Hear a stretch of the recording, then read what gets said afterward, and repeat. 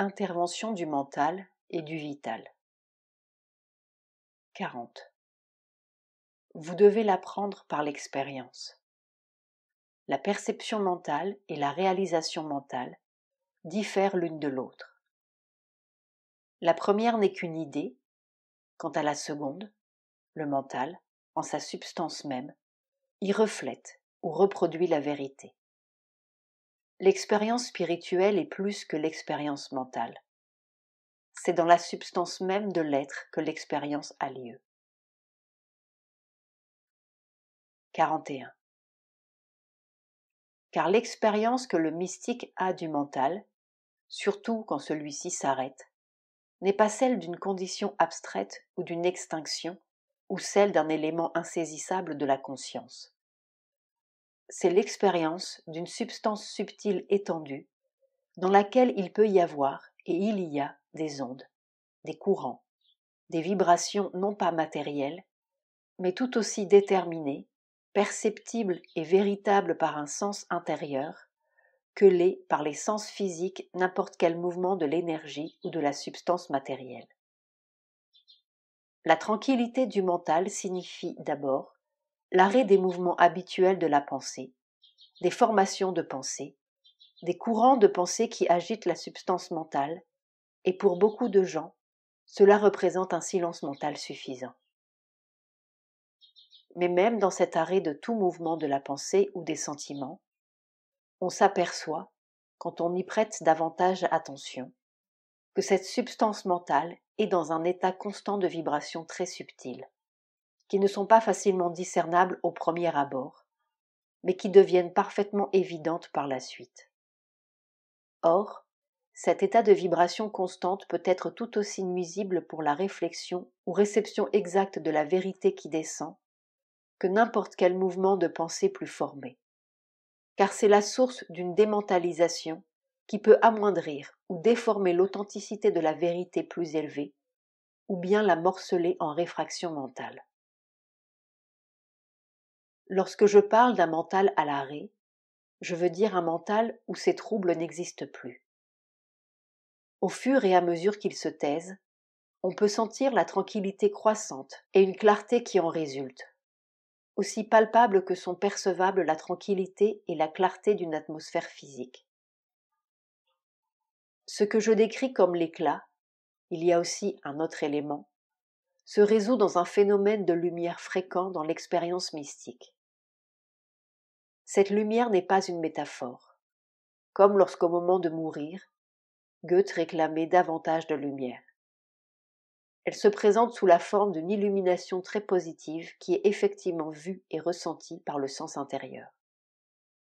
L'éclat du mental tranquille et clair est aussi une réflexion positive de cette lumière avant que la lumière ne se manifeste, et cette réflexion de la lumière est une condition très nécessaire pour que croisse la capacité de perméabilité à la vérité que l'on doit recevoir et abriter. Je me suis attardée assez longuement sur cette partie du sujet parce qu'elle aide à faire ressortir la différence entre le mental abstrait et la perception mystique concrète de choses supraphysiques. Différence qui est à l'origine de beaucoup de malentendus entre le chercheur spirituel et le penseur intellectuel. Même lorsqu'ils parlent le même langage, c'est à des ordres de perception très différents que ce langage rattache les produits de deux niveaux de conscience distincts, et même quand ils s'accordent, il y a souvent entre eux une assez profonde différence. 42. La réalisation mentale est utile au début. Elle prépare l'expérience spirituelle. Elle peut aider au début, mais elle peut aussi gêner. Cela dépend du sadhak. 43. Ce dont il s'agit ici, ce n'est pas la réalisation ultime de l'ultime ineffable, qui selon bien des gens ne peut être atteint que dans un état de suprême extase, un samadhi où l'on est dépouillé de toute conscience extérieure, mentale ou autre. C'est une expérience dans le silence lumineux du mental qui se tourne vers l'infini du dernier silence inimitable, en lequel il doit passer et disparaître. Mais avant cette inexprimable expérience de l'ultime, ou cette disparition en lui, il est possible que descende dans la substance du mental au moins une puissance, ou présence de la réalité, accompagnée d'une modification de la substance mentale, d'une illumination de cette substance. 44. Quant aux expériences décrites dans l'autre lettre, il semble qu'il y a eu un passage à travers des mondes de paix neutres, qui, pour le mental, sont une obscurité et obstruent le passage à la pleine lumière. 45. Vous parlez aussi de vos expériences comme vagues et pareilles à des rêves. En premier lieu, il n'appartient ni à la sagesse, ni à la raison, ni au bon sens de mépriser les petites expériences dans la vie intérieure. Au début de la sadhana, et pendant longtemps encore, ce sont les petites expériences qui se succèdent et qui, si on leur accorde leur pleine valeur, préparent le terrain, construisent une conscience préparatoire et un jour abattent les murailles pour permettre de grandes expériences. Mais si vous les méprisez, avec cette conception qu'il vous faut avoir les grandes expériences ou rien du tout, il n'y a rien de surprenant à ce qu'elles n'arrivent que tous les 36 du mois et ne puissent pas faire leur travail. Et toutes vos expériences n'ont pas été petites. Il y en a eu certaines, comme la descente apaisante d'une puissance dans le corps, ce que vous appeliez engourdissement, que n'importe qui ayant une connaissance spirituelle aurait reconnu comme un premier pas important vers l'ouverture de la conscience à la paix et la lumière supérieure. Mais ce n'était pas de l'ordre que vous attendiez, et vous n'y avez pas accordé une valeur particulière.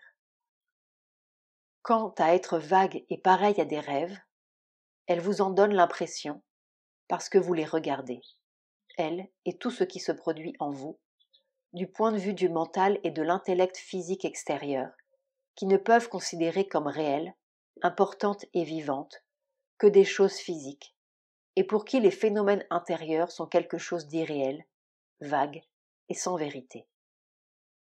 L'expérience spirituelle ne méprise même pas les rêves et les visions. C'est pour elle chose connue que beaucoup d'entre eux ne sont pas des rêves du tout, mais des expériences sur un plan intérieur. Et si les expériences des plans intérieurs, qui conduisent à l'ouverture du moi intérieur en l'extérieur, afin de l'influencer et de le transformer, ne sont pas acceptées, expérience de la conscience subtile et de la conscience d'extase, alors comment la conscience de veille peut-elle s'étendre hors de la prison étroite du corps, du mental corporel et des sens? Pour le mental physique, non touché par la conscience intérieure éveillée, même l'expérience de la conscience cosmique ou du moi éternel pourrait en effet fort bien sembler purement subjective et non convaincante. Ce mental pourrait penser « Curieux, sans doute plutôt intéressant mais très subjectif, n'est-ce pas? Hallucination certainement. » La première chose à faire pour le chercheur spirituel est de s'éloigner du point de vue du mental extériorisateur et de considérer les phénomènes intérieurs avec un mental dirigé vers l'intérieur et pour lequel ces phénomènes deviendront bientôt des réalités puissantes et stimulantes. Quand on le fait, on commence à voir qu'il y a là un vaste domaine de vérité et de connaissance dans lequel on peut aller de découverte en découverte pour atteindre la découverte suprême entre toutes. Mais le mental physique extérieur, s'il a quelque idée que ce soit sur le divin et la spiritualité, n'a que des idées hâtives, a priori qui sont à des kilomètres du terrain solide de la vérité et de l'expérience intérieure. 46. Lorsqu'on vit dans le mental physique, la seule façon de s'en échapper est l'imagination. Soit dit en passant, c'est pourquoi la poésie, l'art, etc. ont une telle emprise. Mais ces imaginations sont souvent en réalité des ombres de l'expérience supraphysique, et une fois que la barrière du mental physique est abattue, ou même entr'ouverte, les expériences viennent elles-mêmes si le tempérament leur est favorable. De là naissent des visions et autres phénomènes analogues, tous ceux que l'on appelle à tort des phénomènes psychiques. 47. D'après votre description, il semble que vous soyez entré en contact avec le mental mécanique, dont la nature est de tourner en rond sur les pensées qui y pénètrent. Cela se produit parfois lorsque le mental pensant est tranquille. Cela fait partie du mental physique, et il ne faut pas être troublé ni inquiété lorsqu'il s'élève. Il faut voir ce qu'il est et l'apaiser, ou devenir maître de ses mouvements. 48. Lorsque le mental est tourné vers le divin et la vérité, qu'il sent et réagit à eux exclusivement ou principalement, on peut l'appeler un mental psychique. C'est quelque chose qui est formé sur le plan mental par l'influence de l'être psychique. Le mental spirituel est un mental qui, dans sa plénitude, est conscient du soi, reflète le divin, voit et comprend la nature du soi et ses rapports avec la manifestation, vit en lui et en contact avec lui, calme, vaste, éveillé à la connaissance supérieure, non troublé par le jeu des forces. Lorsqu'il acquiert son plein mouvement libéré, on sent très souvent son siège central au-dessus de la tête, bien que son influence puisse s'étendre vers le bas à travers tout l'être et vers l'extérieur, à travers tout l'espace. 49. Pendant l'expérience, le mental devrait être tranquille. Lorsque l'expérience est terminée, il peut être actif. S'il est actif alors que l'expérience a lieu, celle-ci risque de s'arrêter complètement. 50. Quelles valeurs peuvent avoir des idées mentales sur le divin, des idées sur ce qu'il doit être et comment il doit agir et comment il ne doit pas agir. Tout cela ne peut que se mettre en travers. Le divin seul compte.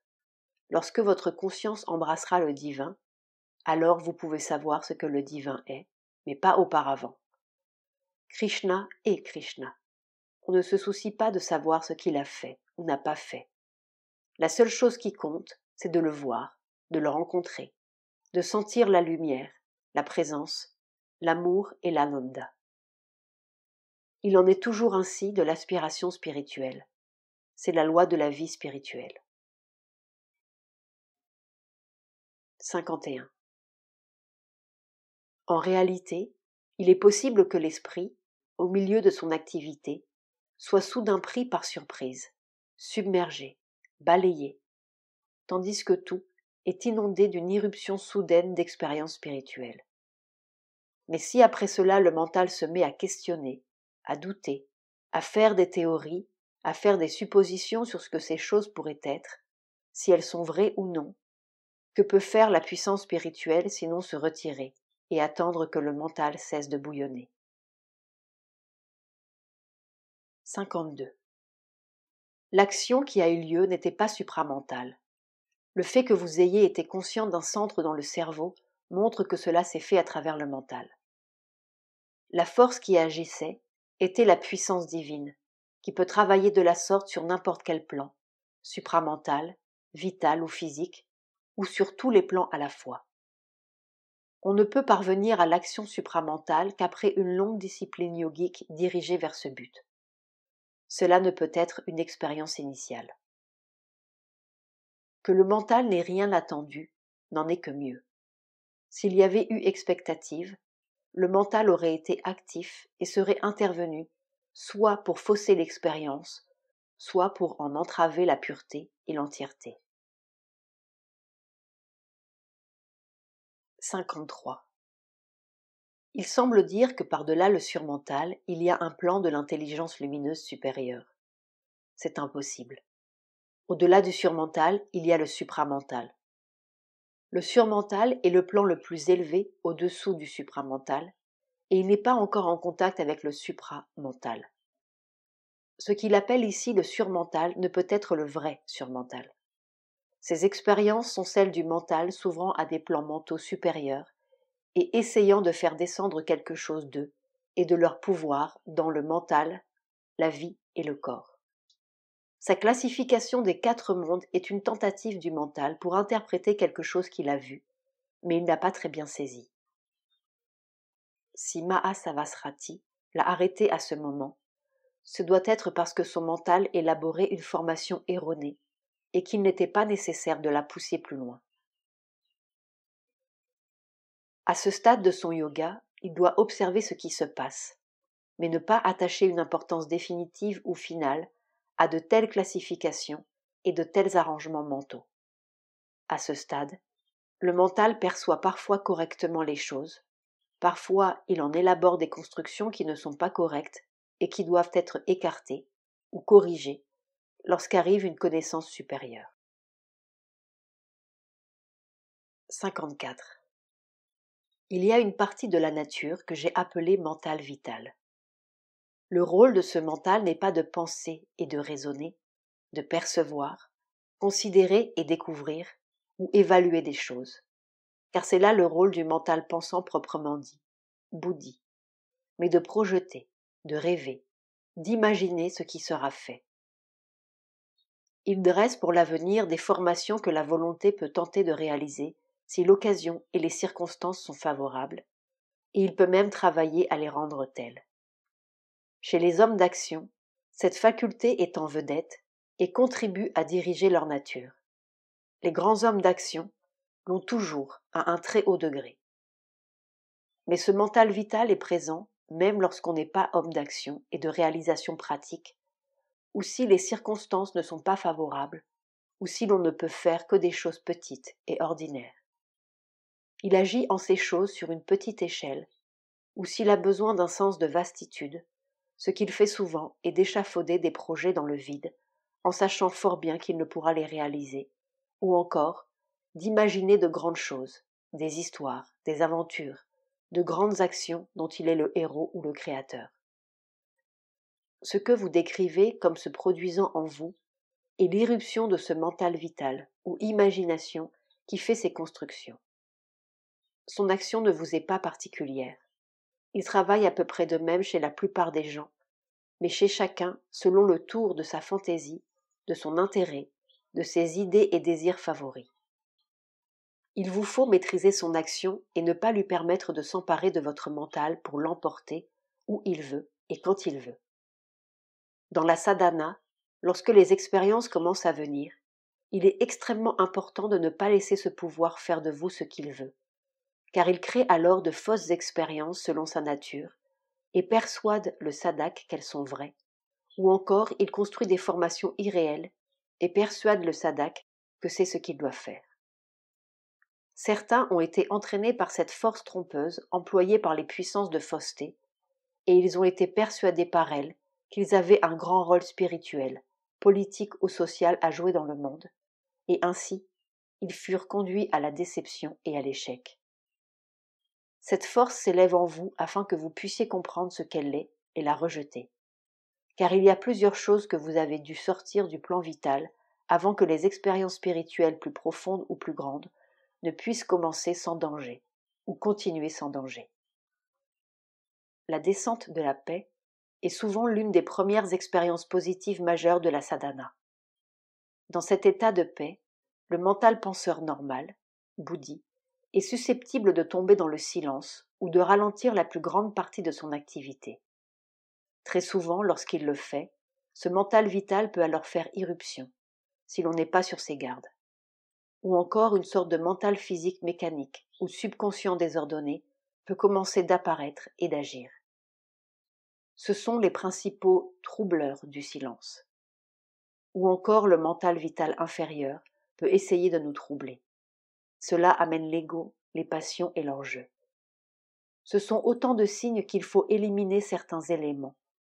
Car si ceux-ci restent et que d'autres pouvoirs supérieurs commencent à descendre, puissance et force, connaissance, amour ou ananda, ces choses inférieures peuvent se mettre en travers. Et le résultat est que ou bien la conscience supérieure se retire, ou bien sa descente est recouverte et la stimulation qu'elle donne, mal employée, pour les fins de la nature inférieure.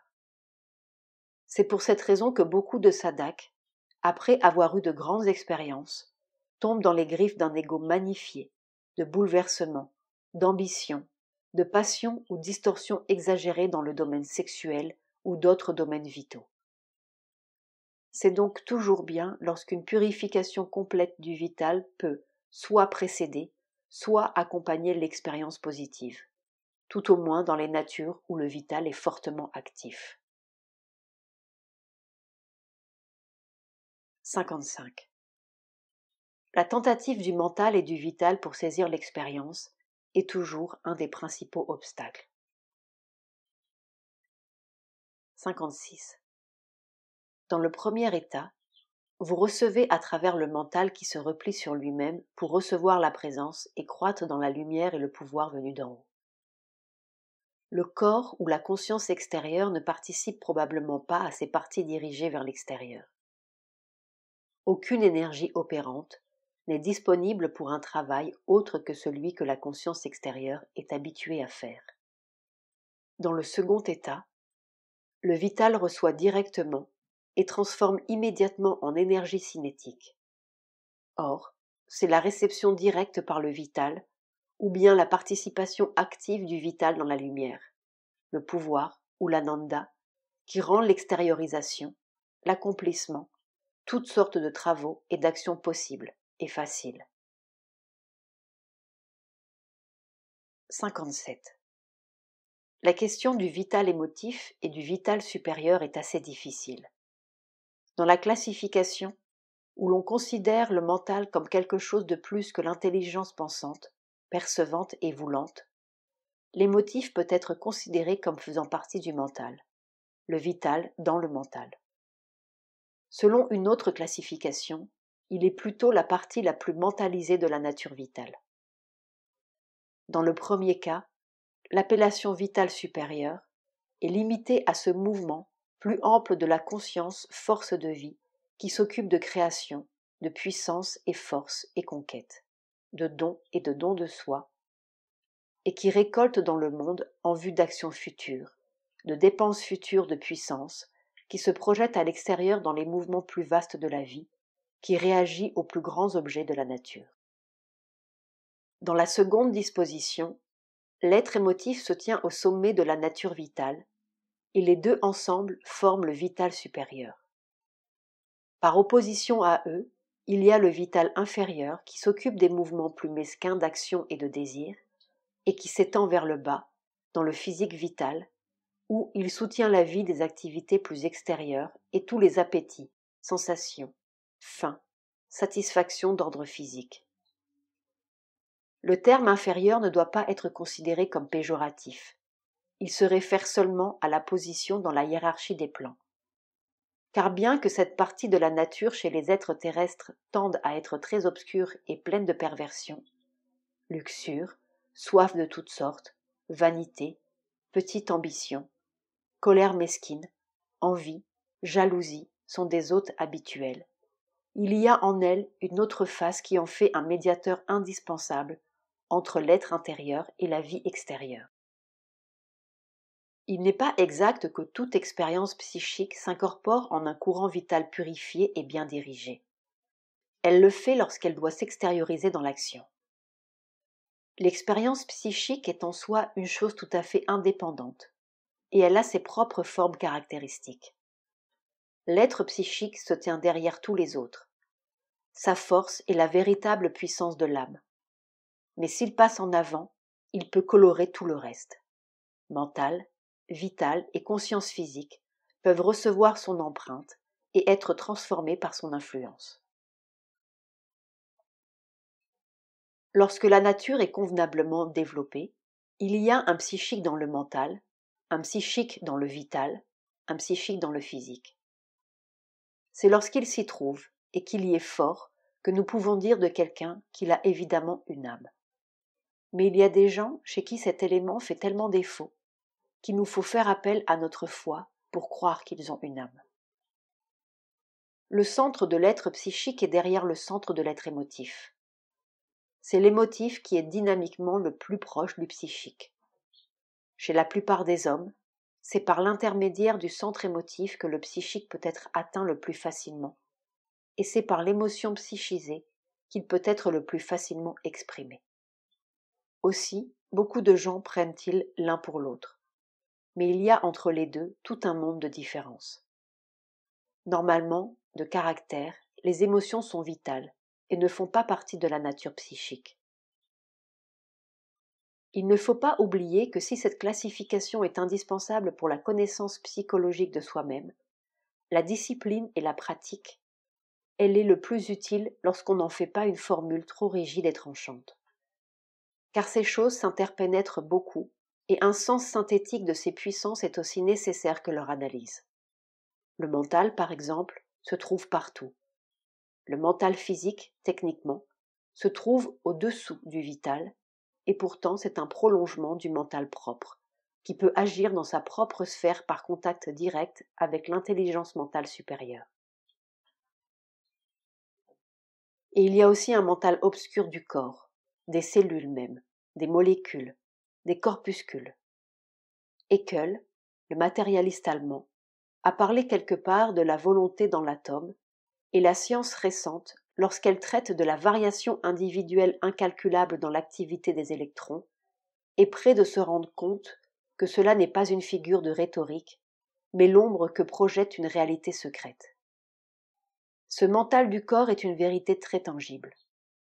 En raison de son obscurité et de l'attachement mécanique au mouvement passé, de l'oubli et du rejet facile de ce qui est nouveau, nous trouvons en lui un des principaux obstacles à l'imprégnation par la force supramentale et à la transformation du fonctionnement du corps. Par contre, une fois que ce mental a été réellement converti, il est l'un des instruments les plus précieux pour la stabilisation dans la nature matérielle de la lumière et la force supramentale. 58. Un très grand nombre de personnes font de ces rêves. C'est l'être vital qui sort pendant le sommeil et se meut dans les mondes vitaux avec cette sensation de flotter dans les airs avec son propre corps, vital.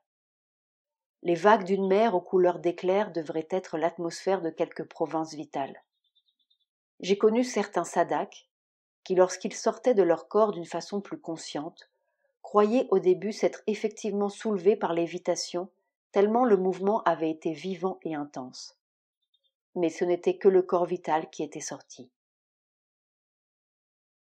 59. Ce sont là des expériences du plan vital. Elles ont un sens si l'on sait les interpréter. Celle-ci indique la possibilité de fortes attaques sur le plan vital, mais en même temps promet une protection. Ce sont des formations du plan vital, parfois des choses qui essayent de se produire, mais qui ne sont pas nécessairement effectives. On peut les observer et les comprendre, mais il ne faut pas leur permettre d'influencer le mental. En effet, les forces hostiles essayent souvent d'influencer le mental par des suggestions au moyen de ces expériences oniriques. 60. Ce sont des rêves du plan vital où ce plan vital s'empare de l'expérience spirituelle, essaye de la changer en forme de l'ego avec une suggestion qui, plus tard, entraîne une perte de puissance, de conscience et une chute. Vous ne devriez pas attacher d'importance à ces rêves, si ce n'est comme indication sur votre nature pendant le sommeil. Expérience psychique dans le yoga. Sri Aurobindo.